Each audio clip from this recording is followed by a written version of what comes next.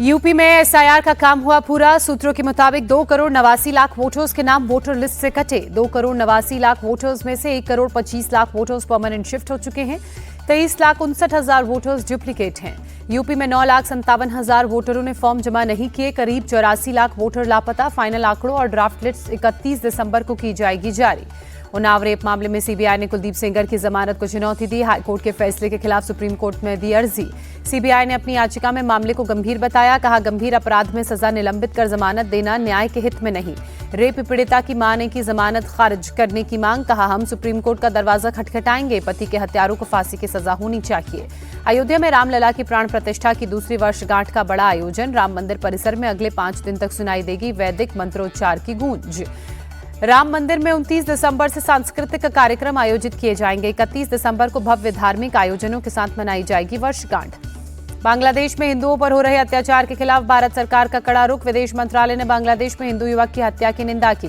विदेश मंत्रालय ने कहा, उम्मीद है न्याय के कटघरे में आएंगे दोषी। सियासी हिंसा बताकर नहीं झाड़ा जा सकता पल्ला। विदेश मंत्रालय ने कहा, अंतरिम सरकार के कार्यकाल में अल्पसंख्यकों के खिलाफ 2900 से ज्यादा घटनाएं।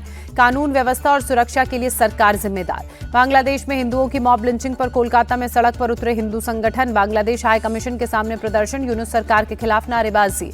बांग्लादेश में हिंदुओं की मॉब लिंचिंग पर विश्व हिंदू परिषद ने चिंता जताई। मामले में संयुक्त राष्ट्र के हस्तक्षेप की भी मांग की। बांग्लादेश में अल्पसंख्यकों और हिंदुओं पर हो रहे अत्याचार पर बाबा बागेश्वर भड़के। सरकार से कड़ा कदम उठाने की मांग की। बाबा बागेश्वर ने कहा, अवैध बांग्लादेशियों के बजाय बांग्लादेशी हिंदुओं को भारत में जगह मिले। भारत सरकार बांग्लादेश में हिंदुओं की रक्षा के लिए कदम उठाए। दिल्ली में मुख्य सचिवों के 5वें राष्ट्रीय सम्मेलन का आयोजन। पीएम मोदी करेंगे अध्यक्षता। आज और कल चलेगा सम्मेलन। वीर बाल दिवस के मौके पर 20 बच्चों को प्रधानमंत्री राष्ट्रीय बाल पुरस्कार से सम्मानित किया गया। दिल्ली के विज्ञान भवन में राष्ट्रपति द्रौपदी मुर्मू ने यह सम्मान दिया। बिहार के युवा क्रिकेटर वैभव सूर्यवंशी को भी प्रधानमंत्री राष्ट्रीय बाल पुरस्कार दिया गया। 14 साल की छोटी उम्र में वैभव ने क्रिकेट के कई रिकॉर्ड अपने नाम किए। भारत मंडपम में वीर बाल दिवस पर आयोजित कार्यक्रम में पहुंचे प्रधानमंत्री मोदी। प्रधानमंत्री राष्ट्रीय बाल पुरस्कार से सम्मानित बच्चों से संवाद किया। प्रधानमंत्री ने कहा, वीर साहिबजादे भारत का गौरव हैं। उन्होंने उम्र और अवस्था की हर सीमा को तोड़ा। क्रूर मुगल सल्तनत के सामने चट्टान की तरह खड़े रहे। प्रधानमंत्री ने कहा, हमारी सरकार ने वीर बाल दिवस मनाना शुरू किया। मुझे इस बात की तसल्ली है, साहसी और प्रतिभावान युवाओं के लिए एक मंच तैयार हुआ। दिल्ली में आज कांग्रेस वर्किंग कमेटी की बैठक होगी। सुबह 10:30 बजे इंदिरा भवन में बैठक होगी। टीएमसी महासचिव अभिषेक बनर्जी ने ब्लॉक वर्कर्स और नेताओं के साथ वर्चुअल मीटिंग की। पिछले 15 सालों में राज्य सरकार की डेवलपमेंट रिपोर्ट पेश की। हर एक ब्लॉक तक पहुंचाने का आदेश दिया। बीएमसी चुनाव के लिए समाजवादी पार्टी ने पहली सूची जारी की। 21 सीटों के पर उम्मीदवार उतारे। पीएमसी चुनाव के लिए बीजेपी और शिवसेना शिंदे गुट में सीटों का बंटवारा फाइनल हुआ। सूत्रों के मुताबिक बीजेपी 140 तो शिंदे गुट 87 सीटों पर चुनाव लड़ेगा। महाराष्ट्र के छत्रपति संभाजीनगर में आदित्य ठाकरे स्थानीय निकाय चुनाव रैली में शामिल हुए। कहा, यहां भी हमारा ही भगवा लहराएगा। असम दौरे पर बीजेपी के राष्ट्रीय कार्यकारी अध्यक्ष नितिन नबीन। गुवाहाटी एयरपोर्ट से बीजेपी दफ्तर तक रोड शो किया। प्रदेश अध्यक्ष दिलीप सैकिया भी मौजूद रहे।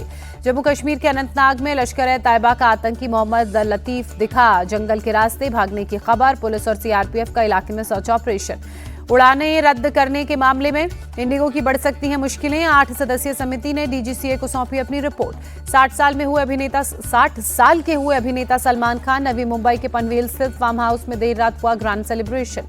सलमान खान के बर्थडे सेलिब्रेशन में जानी मानी हस्तियां शामिल हुई। इंडिया टीवी के चेयरमैन रोहित शर्मा, एमडी ऋतु धवन को भी बधाई देने वो पनवेल पहुंचे। बॉलीवुड के कई सितारे भी सलमान खान को बधाई देने पनवेल पहुंचे। संजय दत्त, करिश्मा कपूर, क्रिकेटर महेंद्र सिंह धोनी मौजूद रहे। महाराष्ट्र के बुल्ढाना में नगर अध्यक्ष का चुनाव जीतने पर कांग्रेस नेता ने नोटों की गड्डी उड़ाई। सोशल मीडिया पर वीडियो वायरल। उत्तराखंड के मुख्यमंत्री पुष्कर सिंह धामी ने कहा, राज्य में धर्म की आड़ में पाखंड, ठगी और राष्ट्र विरोधी गतिविधियां अब नहीं चलेंगी। राजस्थान के चौमू में पत्थरबाजी पर बड़ा एक्शन। पुलिस टीम पर हमले में 100 आरोपी गिरफ्तार, 25 नामजद। गोवा अग्निकांड में आरोपी लूथरा ब्रदर्स की मुश्किलें बढ़ी।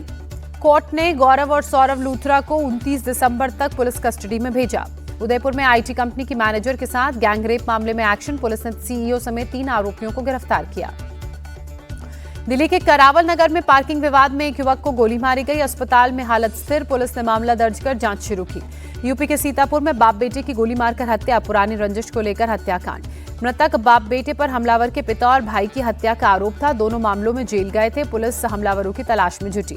गोरखपुर के कॉलेज में 11वीं के छात्र की गोली मारकर हत्या। तमंचा लहराते हुए 3 बाइक सवार बदमाश फरार। बदायूं में वन विभाग के दारोगा पर जंगली सुअर का हमला। गांव वालों की मदद से किसी तरह जान बची। गंभीर हालत में अस्पताल में भर्ती। दिल्ली के चांदनी चौक इलाके में कपड़ों की दुकान में देर रात आग लगी। बड़े पैमाने पर नुकसान की आशंका। हादसे में किसी तरह की जनहानि की खबर नहीं। आग लगने के बाद पूरे इलाके में अफरा तफरी। रोहतास में ट्रायल के दौरान निर्माणाधीन रोपवे का पिलर और ट्रॉली धराशाही हुई। लगभग 13 करोड़ की लागत से पूरी होनी थी योजना। शामली में हिस्ट्री शीटर फिरोज खान के खिलाफ बड़ी कार्रवाई। प्रशासन ने अवैध रूप से अर्जित 30 करोड़ से ज्यादा की संपत्तियों को कुर्क किया। लखनऊ में सरकारी भूमि से अतिक्रमण हटाने की बड़ी कार्रवाई। 8000 वर्ग फुट जमीन कराई गई मुक्त। राजस्थान के चूरू में एक ट्रेलर और एसयूवी के बीच टक्कर। हादसे में 5 लोगों की मौत, 3 गंभीर रूप से घायल। भारतीय विमेंस टीम ने 8 विकेट से तीसरा T20 मैच जीता। श्रीलंका के खिलाफ 3-0 से हासिल किया जयी बढ़त। टीम इंडिया की घातक गेंदबाजी के आगे श्रीलंका की पूरी टीम 112 रनों पर ढेर हुई। भारत ने 2 विकेट खोकर मैच जीता।